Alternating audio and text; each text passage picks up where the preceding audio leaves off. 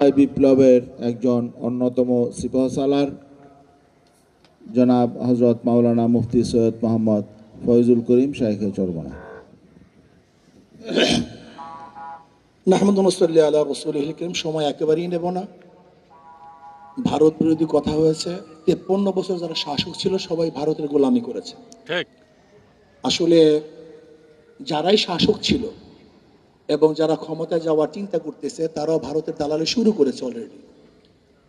আর বাংলাদেশের 53 বছর যারা ক্ষমতায় ছিল তারা কেউ এই জনগণের আশা এবং আকাঙ্ক্ষার পুনরাবৃত্তি ঘটাতে পারেনি। আমি আজকে গোল টেবিল বৈঠক থেকে শুধু একটা প্রস্তাব দিতে চাই যে শিক্ষার মধ্যে এমন কোনো জায়গা নাই যেখানে ধ্বংস করা হয়নি।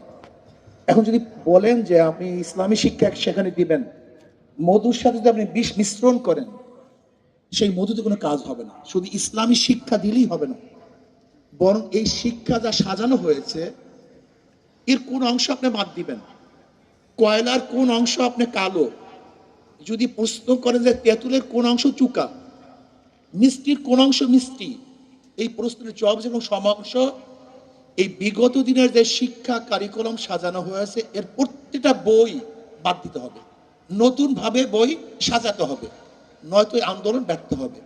আর একটা কথা হলো এই ইসলামী আন্দোলন বাংলাদেশ 5ই জুলাই বৈষম্য বিরোধী আন্দোলনের 5ই জুলাই থেকে শুরু করেছে। 4 আগস্ট শাহবাগে আমি বলেছিলাম বিকালে যে আগামী 5 তারিখ জনগণের গণভবন জনগণ দখল করবে।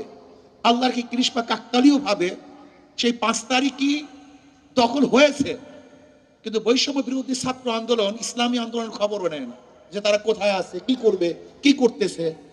আজকে বাংলাদেশে এত পরিবর্তন হয়েছে, আমি প্রশ্ন করি ইসলামী আন্দোলনের সাথে কি পরামর্শ করা হয়েছে?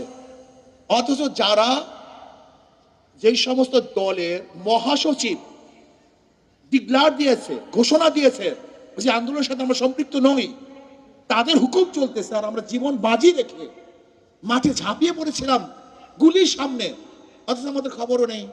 এখানেই তো বৈষম্য শুরু হয়েছে। বৈষম্য বিরোধী আন্দোলন তো বৈষম্য এখান থেকে শুরু হয়েছে।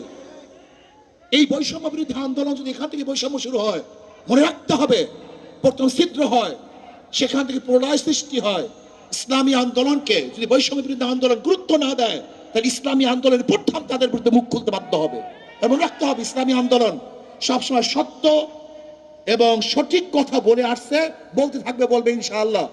আমরা জীবন বাজি রেখে ঝাঁপিয়ে পড়েছিলাম ইসলামী আন্দোলন বাংলাদেশ দলীয় ভাবে এককভাবে বাংলাদেশের অন্য কোনো দল ব্যানার নিয়ে, এবং আমাদের পর্যায়ে কোনো লিডার এই বৈষম্য বিরোধী আন্দোলন অংশগ্রহণ করে নাই।